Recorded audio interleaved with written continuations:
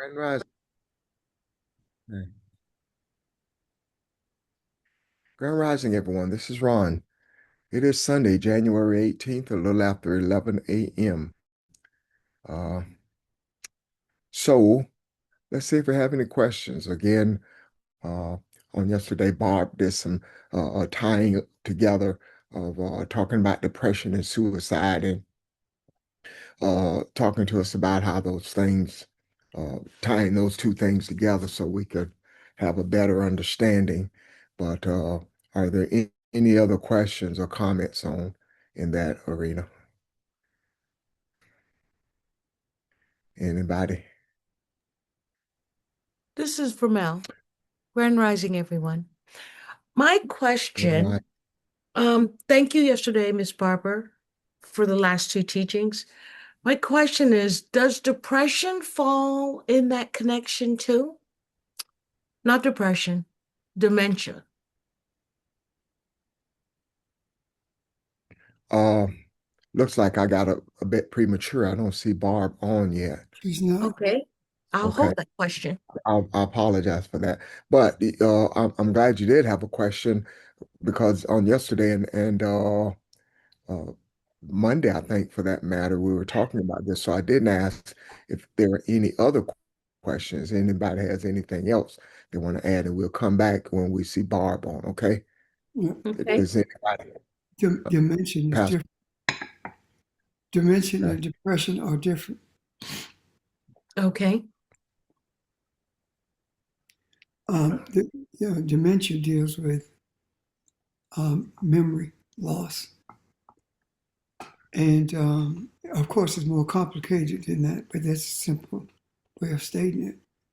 And depression deals with um, issues that seemingly overwhelm you. It does not deal with memory loss. Now, you can have a lapse of memory depending on how deep you go into your depression. okay. All right, that I could see that connectivity there. All right, thank you. Thank you. Barb is on now, Ron. Yes. Hi, Barb. We were just seeing if we had any questions from yesterday and Sarah. Grand Rising. Grand Rising. Uh, you had a question about is there a relationship between dementia and depression? And Pastor answered it, but we were just wondering on your take on it as well. Not hearing what Pastor says, but dementia is a different kind of medical process in that there are things that happen in the brain that prevent the individual while in the body from being able to do certain things or to remember certain things. And it relates to sometimes hardening of the arteries in the brain. It relates to collection of certain types of proteins in the brain. So with dementia, unlike depression where the individual is potentially fully conscious of the thoughts going through and fully conscious of what they're thinking, whether it's dark thoughts or not. In dementia, that's not necessarily the case. Okay, Yeah. thank you. Yes, ma'am. Yeah, thank both of you. Anyone else? Questions?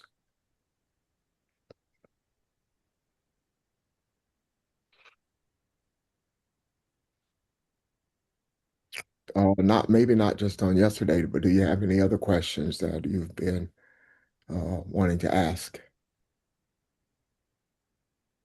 This is Vermel again. I do have a question I want to ask.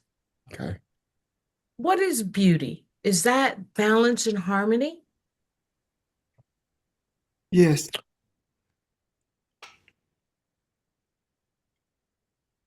Want to elaborate a little further, Pastor, please?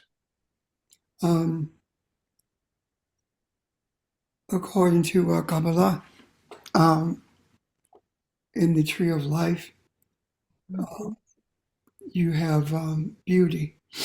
And it simply means beauty speaks to the idea of harmony, balance, everything working in, in, in concert with each other. So, I mean, I can't Yeah. see beyond that, but it is balance and harmony. That's it. Is that what you had in mind, Vermeil? Well, it's something in my meditation that came up, and I wanted to make sure I was clear about it.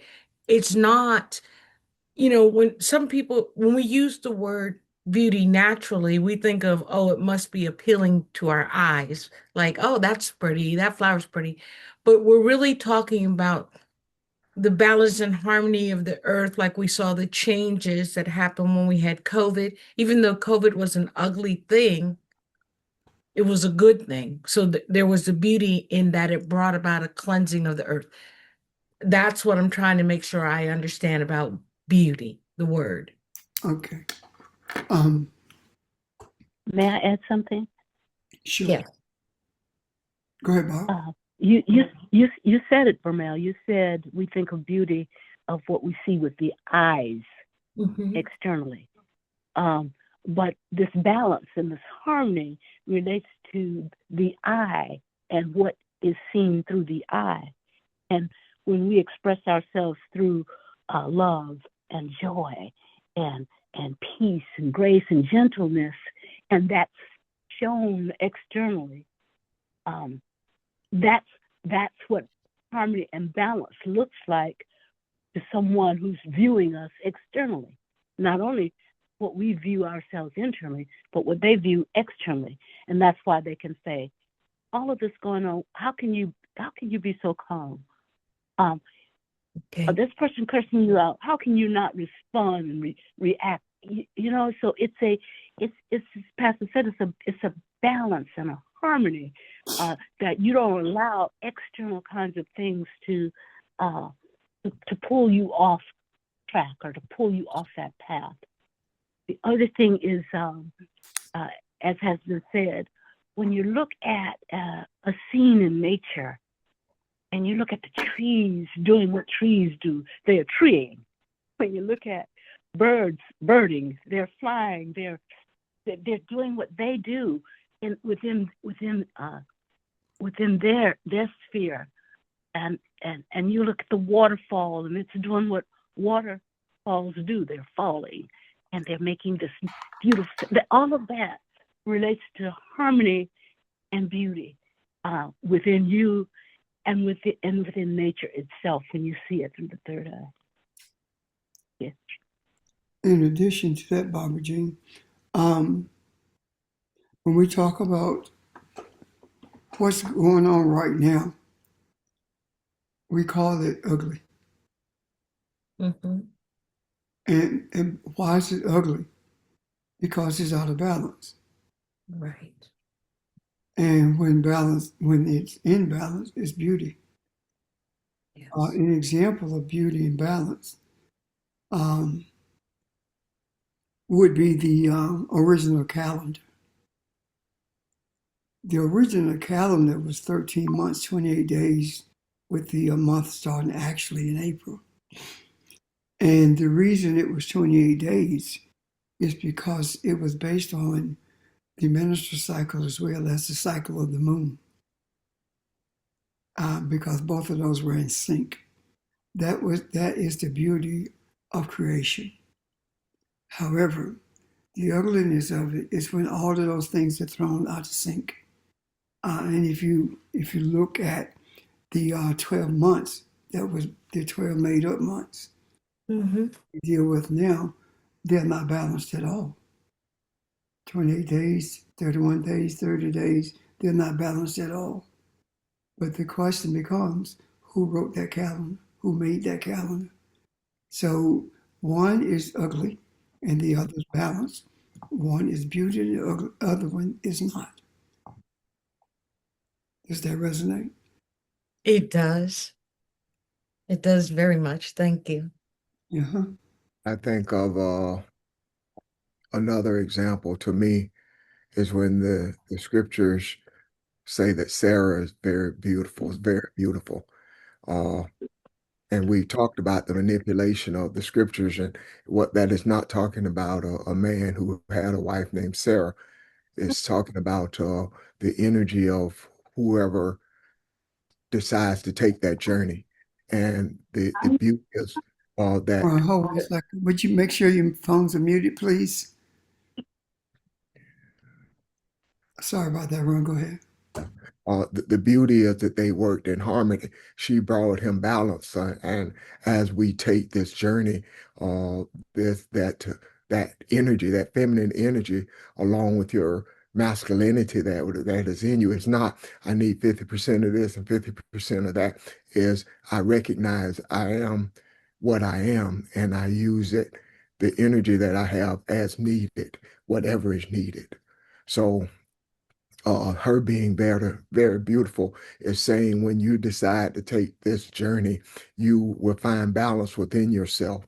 You will know who you are if you look within and see who you are. So there will be harmony, even if you face something that you think is dangerous or you know, adversity that comes your way, you'll still find balance within yourself as you take this journey. So that was more what that was saying than to say this is a woman who has a physical beauty.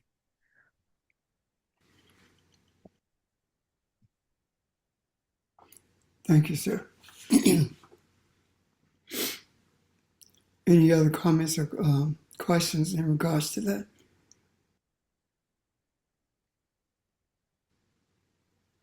Pastor, I have a question, comment and a question. Grand Rising family, in honor to the ancestors. But I do have a question and a comment. Oh, but it's not about what we just talked about. This is about depression. Go ahead. Okay.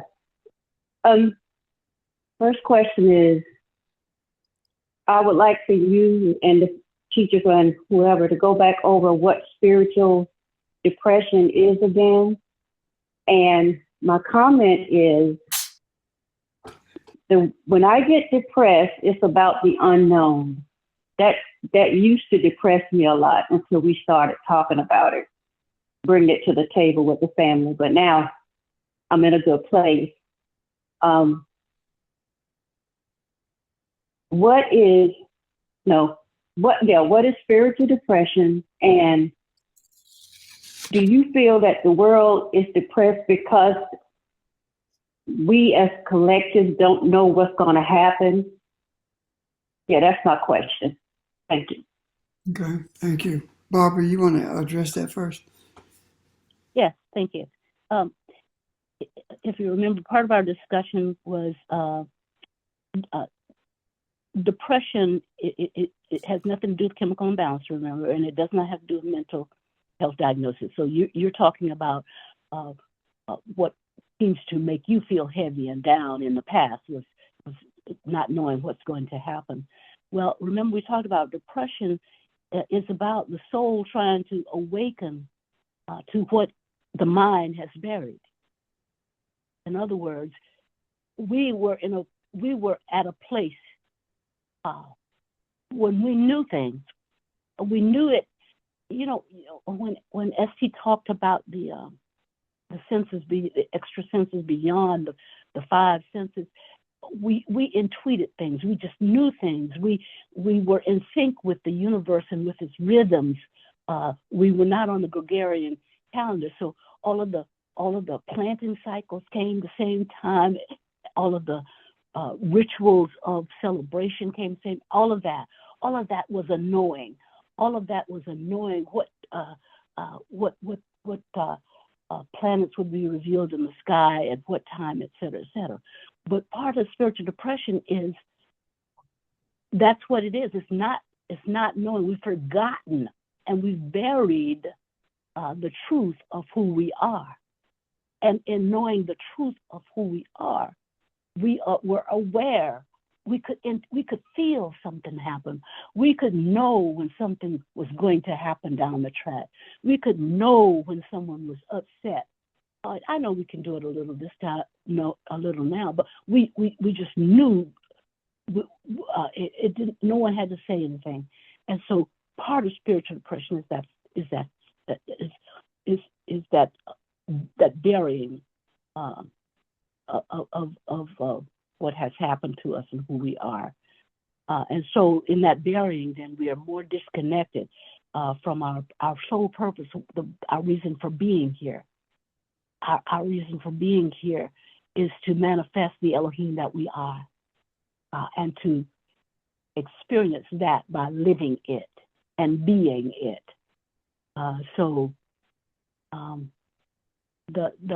We talked about soul fatigue and how we feel so heavy and down, et cetera, et cetera. It's because souls don't understand, are not aware of who they are. And so they respond to just this negative stuff that we hear about. And that's depressing, that's oppressive, that's oppressive, that presses you down, that makes you sad, that prevents you from being the whole individual. Wholeness relates to understanding and being aware of who you are. And so, without going into a lot more detail, when you feel depressed, it's trying to remind you, remember who you are. Remember who you are.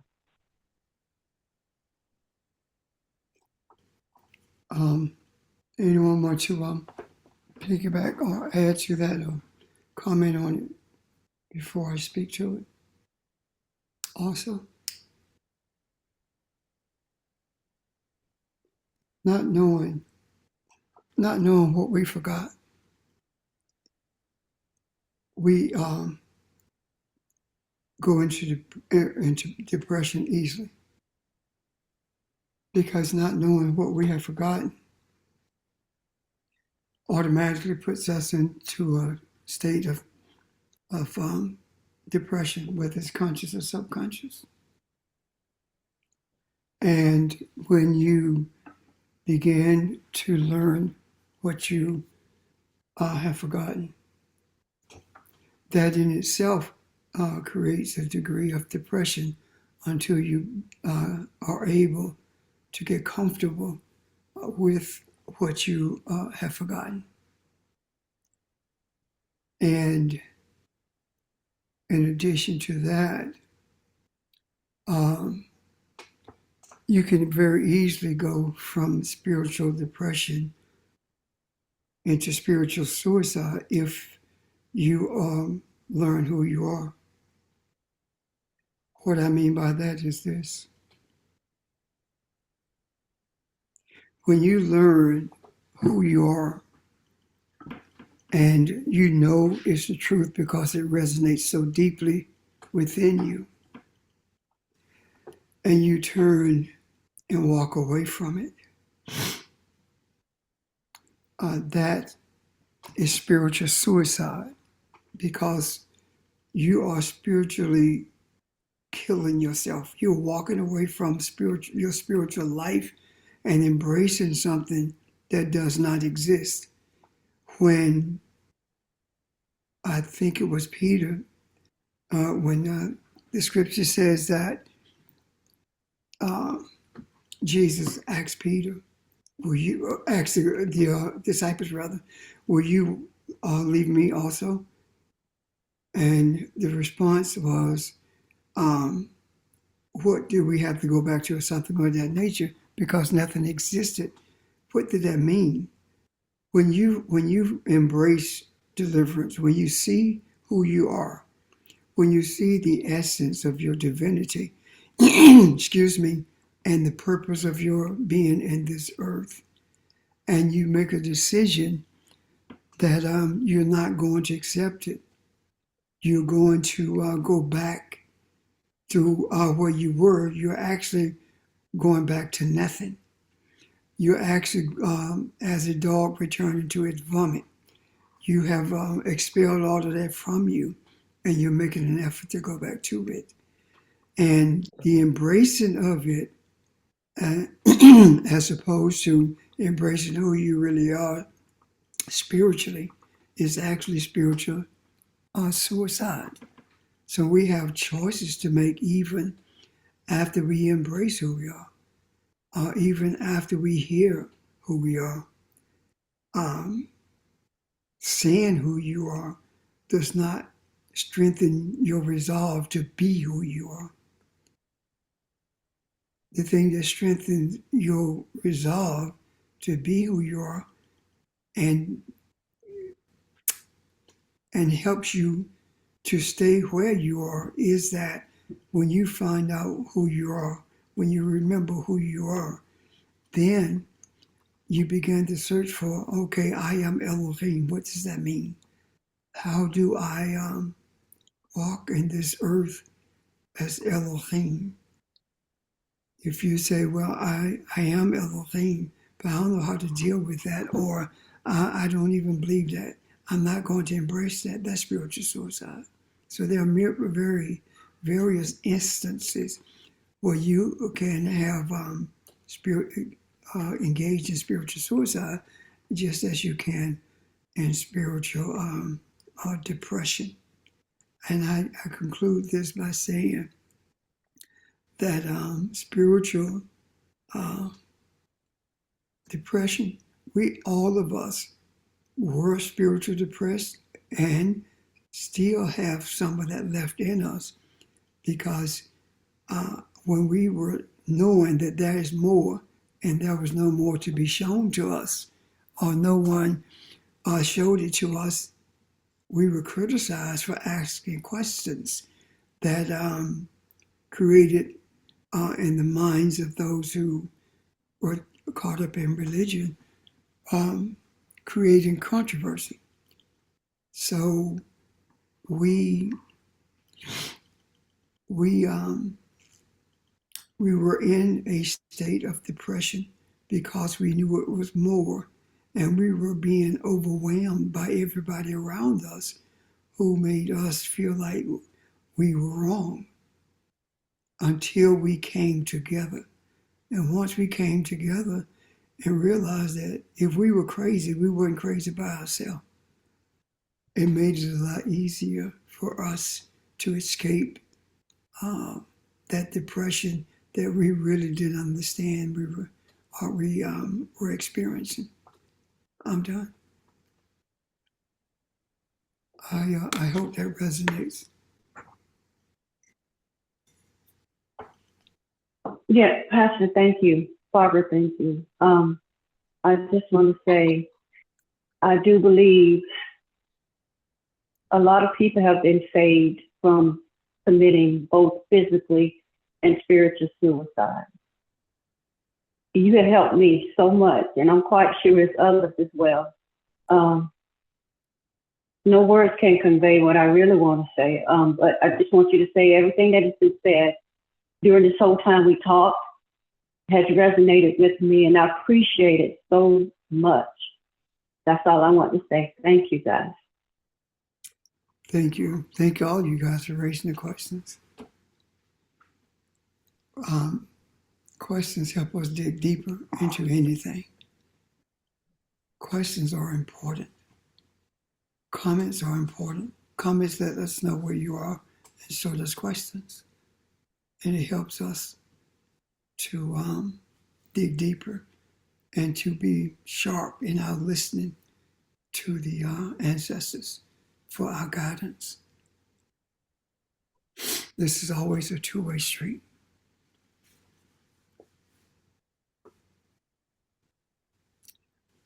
Are there any questions or comments about what we were just talking about? Because I think we have a potpourri of stuff that we want to look at today. Because I want to explain libations from yesterday.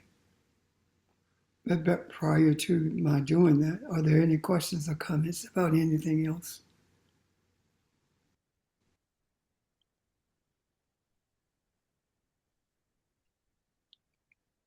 Okay. Yesterday, I was led to do the pour libations. The proper term, I suppose, is to pour libations as opposed to doing libations. The scriptures talks about pouring yourself out. And mind you, none of this was in my my repertoire of understanding yesterday. And it talks about pouring yourself out as a drink offering. And I'm sure most of you are aware of that, if not all of you. Well, yesterday,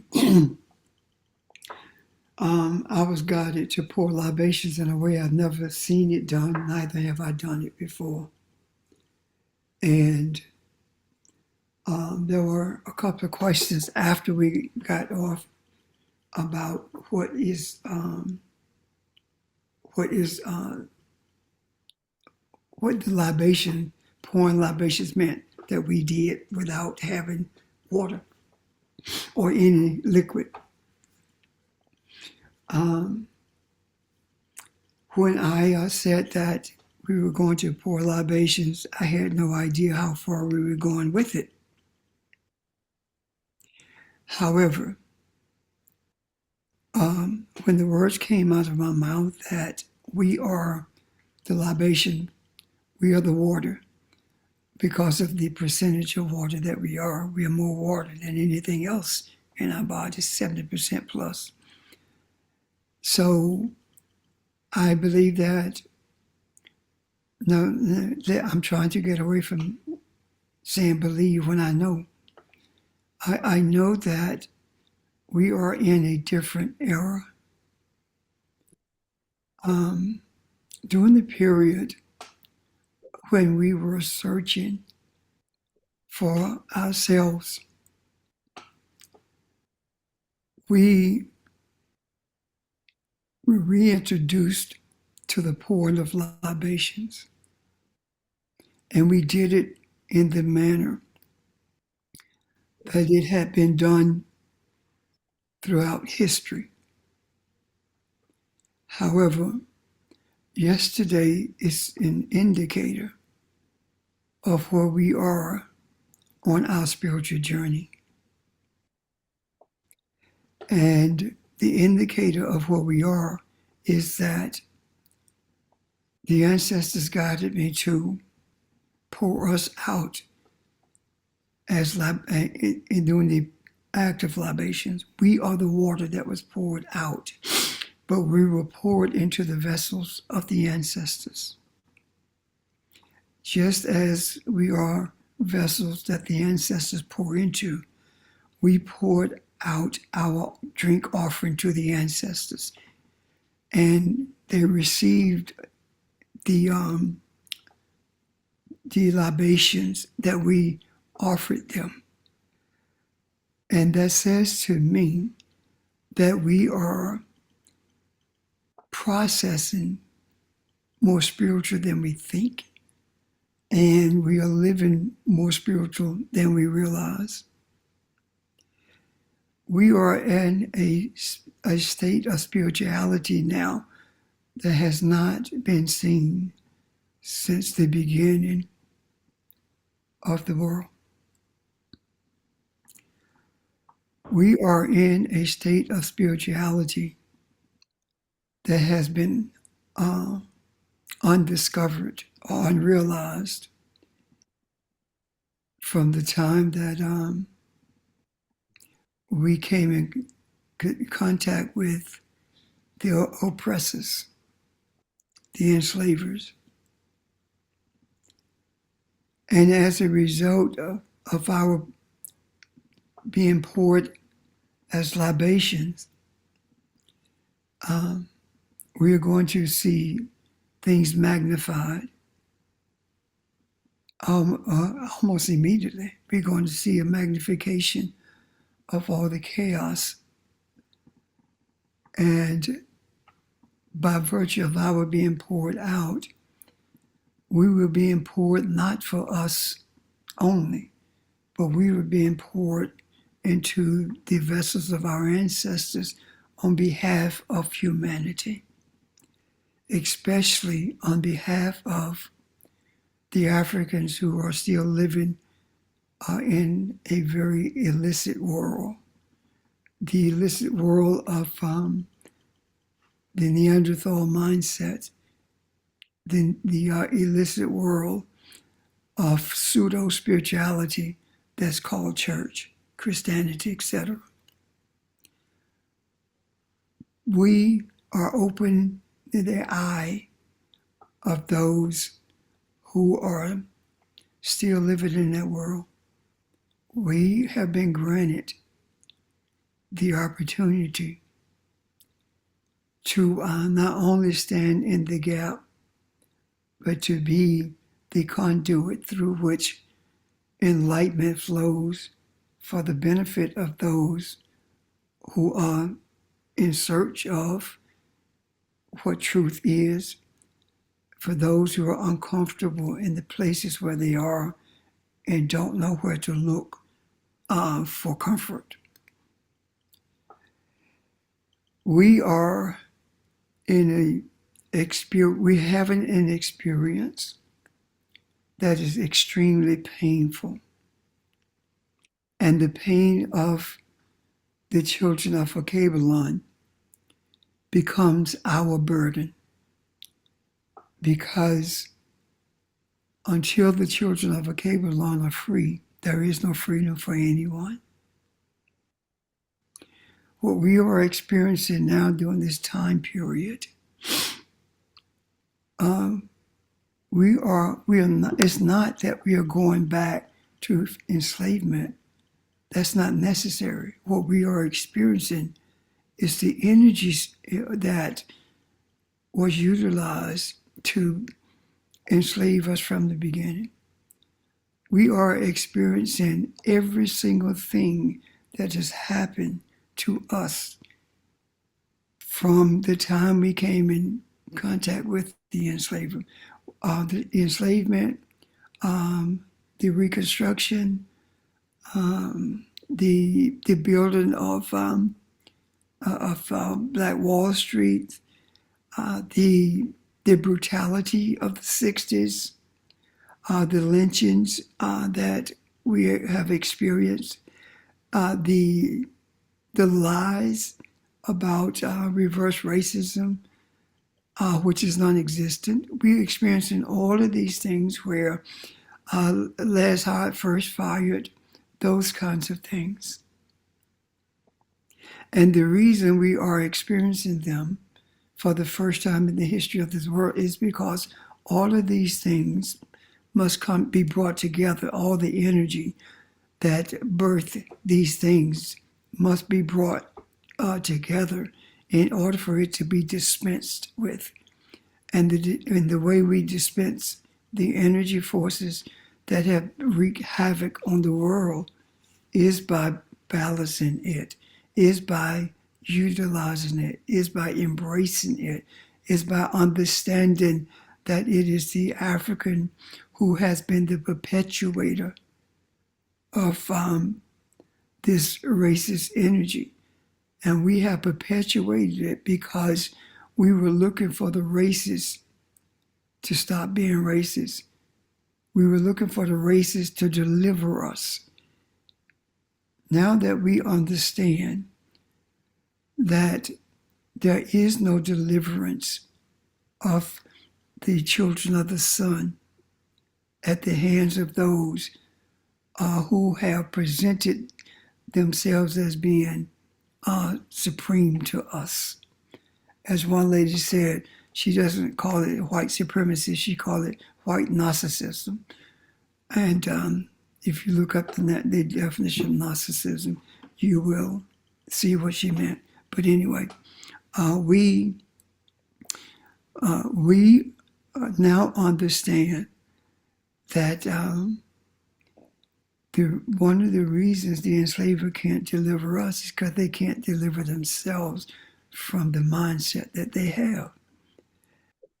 The systems that have been put in place worldwide to control the entire world of people of color for the purpose of distinguishing that which is white from those who are of color. This system is is falling apart right now. And all of that energy is converging in this country like no place else. And the reason the convergence of it is in this country like no place else is because this is the head of the snake. And the head of the snake must be separated from the body of the snake. The fangs, the poison of the snake is in its head. And this country is the head of the snake. The fangs of the country that injects the poison worldwide are in this country. And we have, for all intents and purposes, defamed the head of the snake. And now it's being severed from the body.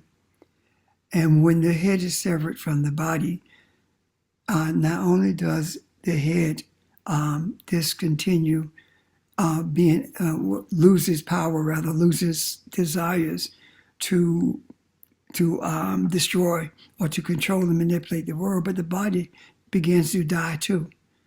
So our having poured ourselves out, being the libation that we poured out, has put us in a spiritual position where we are able to see if we choose to. Now, I will say this.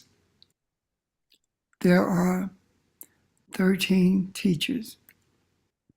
And when we are on the same page, focused on the same thing, we are able to bring everything to a head. And bringing everything to a head is not pretty at all. Bringing everything to a head is the only way that things will come to a space of balance. Right now, the people who are receiving the brunt of what we were the receivers of ever since we've been in this country, the ones who are receiving that now are white people. And they are beginning to see the parallel of what they did to us and what's being done to them. The do-gooders, the liberals, who actually did not really care about what was happening to us, because no one in those liberal camps really did anything to walk with us, to help us get beyond the society, the system. Because no matter who was elected to office, nothing in the system changed. The tactics changed, but the system did not change. However, now there is the threat of sending the military into Minnesota. And this is martial law being brought into play because of Caucasians, not because of us, not because of what we've done, which says that the system will destroy or seek to destroy anyone who challenges it. And now it is being challenged by those who were participants in what happened to us. Keep in mind that we as a people are not in those streets, and no one sent a memo for us not to be there. The ancestors are guiding not only us, but everyone, even though they don't realize it. I do believe, I do know that things are going to look really, really bad. And the reason for us being guided, the ancestors speaking to Barbara and bringing us to this place of understanding spiritual depression and seeing it as an opportunity rather than a burden to destroy us. The reason that she was led to bring us an understanding of a clearer understanding of suicide is because of what is ahead of us. What is ahead of us would be so overwhelming until you would not want to stay in this earth. Now it is different. Every one of you who are listening, every one of you who have ever been under the energy of our teaching and embraced it wholeheartedly, every one of you are in a type of cocoon that does not protect you necessarily from the emotions of what's ahead, but it does show you a way out. It does help you understand what's taking place when you're overwhelmed. And it does help you understand what's happening when people are contemplating or dying by suicide. We don't know what we're going to say to them when they come to us. However, we do know who we are and what happens when all seems to be lost and all hope seems to have evaporated. Who do people turn to? They turn to God. And right now, the Hispanics, the Caucasians, the Somalians, the Asians, all of them are asking for our help. And I don't want you to think that our helping them is entering the streets with them. God doesn't help by entering the streets with them.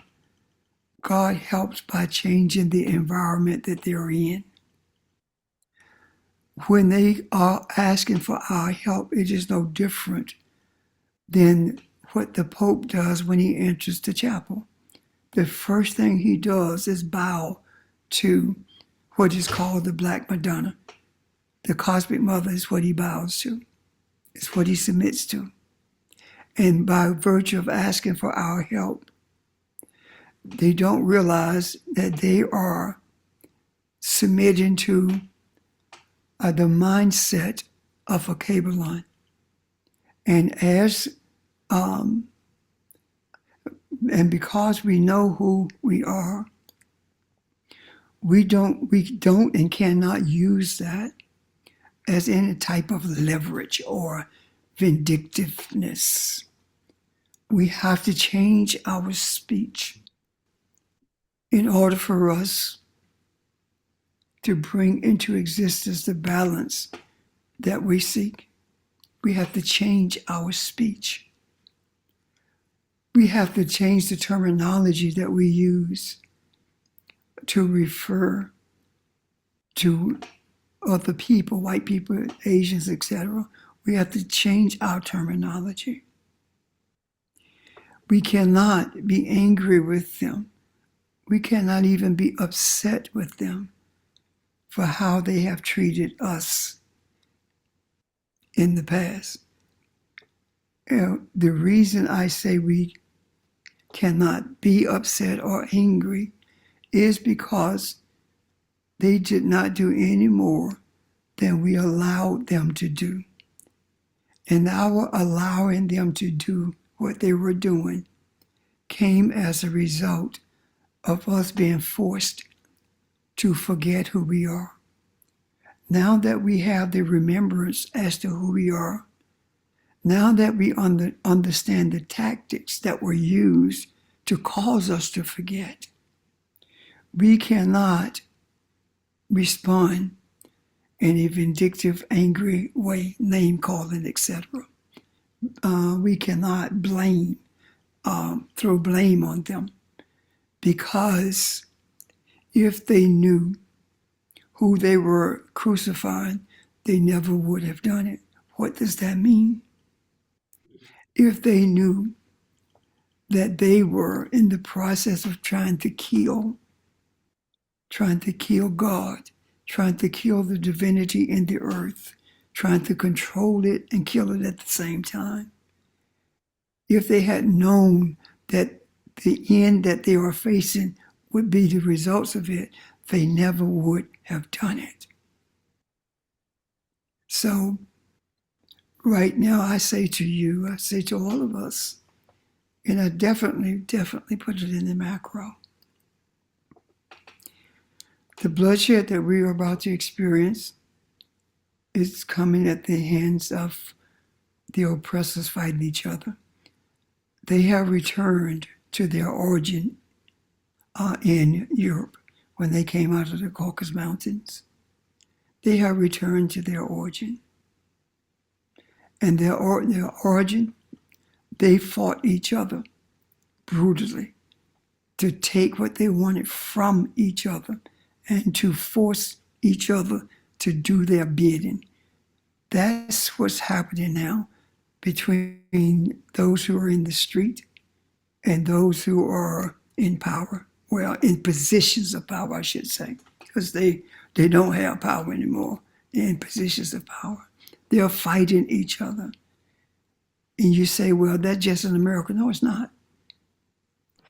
The rhetoric that's being directed towards Greenland is not just affecting Greenland, it's affecting every European nation on this earth. So they're fighting each other. And it is not something that we should sit on the sidelines and clap about. But it is something we should be able to read in that. And the message in that is a house that fights against itself cannot stand. It has to be unified to stand. And that is the reason we must stay the course that we are on and change the way we speak about those who are wreaking havoc on humanity. Even the MAGA group, even the white, who call themselves white supremacists, we cannot denigrate them simply because they denigrated us. Our objective is to bring beauty into the earth, a type of beauty that has not been experienced since Europeans came into the earth. So this day forward, especially to you who are teachers, keep your thoughts on who you are. Maintain that. If you speak out of turn, if you say things that you know you shouldn't say, then that is not who I am. Recall that adverse energy that you put out, because when we function as a blanket that has been woven together, nothing can penetrate or separate us. When we are that blanket that's impenetrable, we are the source of all the wisdom in the earth. We are the source of all the power that's necessary to bring this to a halt. The longer that we use the wrong words, talk about people, denigrate people, we will not see the end as we could see it when we are on the same page. We are prolonging it. It's going to happen, but it doesn't have to be prolonged. The last thing I want to say in reference to this, there's an effort. I feel it in my bones. I feel it in my soul. There is an effort to move Trump from the forefront and put someone who articulates lies better than Trump, and that is J.D. Vance. They think they have things where they want it, and he's messing it up. So I feel deeply in my soul that it won't be long before he's brought forth as the voice of what is taking place now. And please do not refer to this as the Trump administration, because that's not what's happening. This is the American experiment. This is the American dream. The American dream has always been to utilize our energy and get rid of us at the same time. This is not something that Trump has done. He is simply the face of it. And he is simply the one who has the depth of ignorance, the depth of stupidity, and the willingness to lie about anything. Is that not what the scripture talks about when it talks about the deceiver? It is not him. It is the system that has been intact from the beginning of this country. That's what we are dealing with. That's what's converging right now. And isn't it something that in the 250th year of this country, all of the negative, all of the evil energy is converging. It has ran its course. 250 is 7. Because 5 and 2 is 7, and the zeros left also is 7. And this run is complete. It's done. It's over with. There is no coincidence that we are approaching that number 7, completion of the evilness that the world has had to endure since the beginning of this snake that was birthed from the depths of darkness. I'm done. Questions, comments? Or does that resonate with you guys?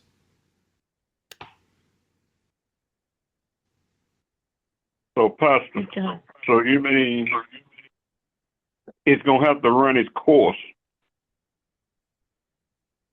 We are the determinants of what this course is. Explain. It can run as long as we are not singly focused on who we are and our purpose for being in this earth. We understand that when we speak words, they, they have life. And as long as we give life to the evilness by criticizing it, by putting it, by talking about it, by speaking the words of denigration about people who are doing these things, we are giving life to that. When we are focused on deliverance, when we are focused on the uplifting of humanity, when that is our focus, we can determine how long this is going to run. I recently heard a speech from Malcolm X that he made in, I think it's 65. Anyway, he said that when the black woman is lifted up, everyone is lifted up. When the African woman is lifted up, what does that mean? When the African woman is respected as being the image of the cosmic mother, the womb of life, everyone else rises with her. All of Akabalon rises with her. When we respect how things were put in place from the beginning, they were centered around the African woman, the woman of Akabalon, the womb. And earlier I talked about the 28 days. All of this comes because of the elevation of the black woman in our hearts and our souls. So we are the determinants of how long it runs. Our mindset has to truly shift. And if you have doubt, dispel it. Every time it comes up, remind yourself, this is real. Anything else is a mindset of enslavement. That's what I'm trying to get you to see or understand. Does that resonate with you, Charles? Yes, it does. Thank you. Because we as people, since you've been, talking to us about everything is a woman, everything is about a woman, and it's all resonating real. It's real. Thank you. Thank you. The last thing, not the last thing, but the thing I'm going to say before I end is we experienced, as a people, we experienced the slave patrols, did we not? Yes, we did. And the slave patrols turned into the police force that was brutal towards us. The slave patrol now is ICE.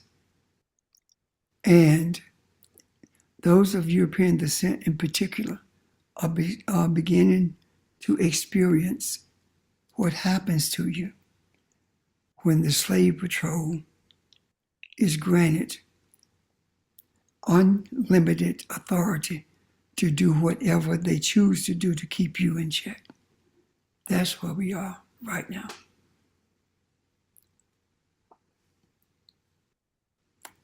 If this resonates, simply say Ashe. If there are questions, Ashe. Ashe. Ashe. Ashe. thank you.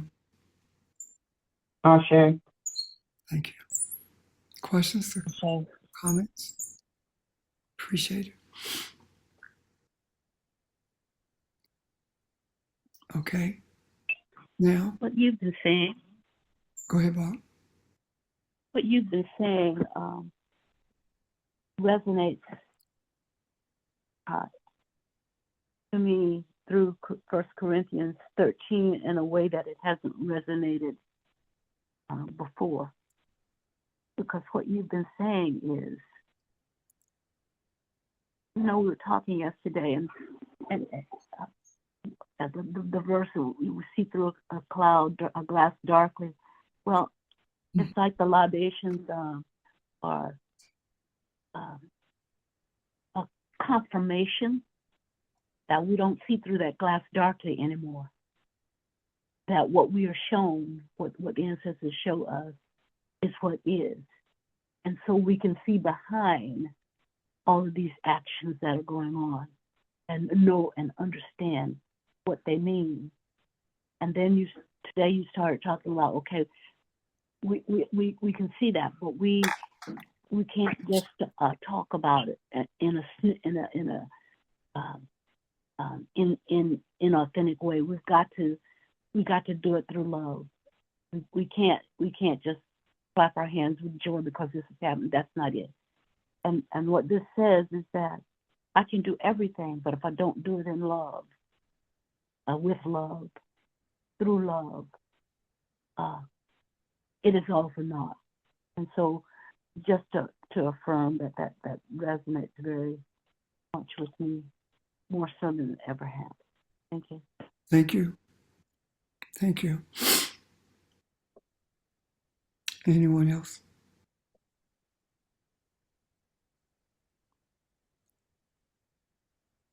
Okay, just before we go, let me say this to you. Because of the point of libations yesterday, we have inextricably become one with the presence of the ancestors. Meditation is necessary when you need to quieten your mind. But know this, we are more entwined with the ancestors now than we've ever been. We are more in tune to their energy than we've ever been. The imagery of the Cosmic Mother is seen with a sharper eye than ever before.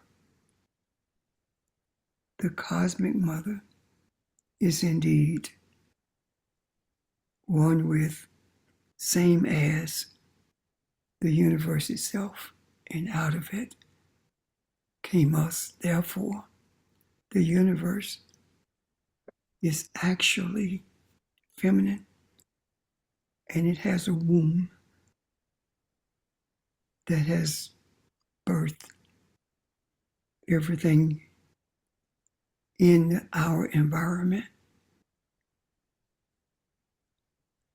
And during the birthing, it also was the one who delivered all of this. So,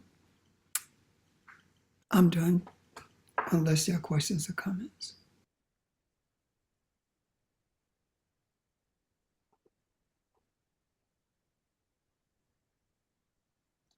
Thank you. Thank you for your presence and your focus, your energy. Thank you.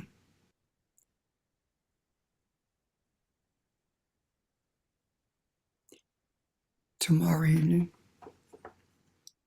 at 6 o'clock, we will convene. And if there are questions, please bring them, not necessarily questions about what we have talked about, what we have discussed, but any questions that may come to you, bring them with you.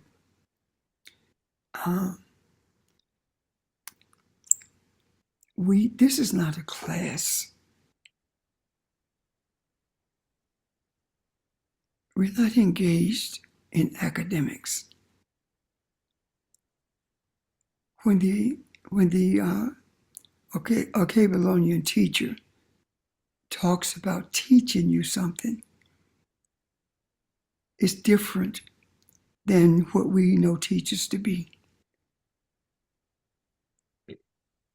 The Babylonian teacher brings to your memory what is already in you. The teacher in this material world purports to teach you something you don't know. And the only thing that it teaches you that you don't know is it teaches you that you're not who you are. I'm done. Have a great day. Unless there are questions or comments, of course. Don't want to leave anyone with a lingering question or comment.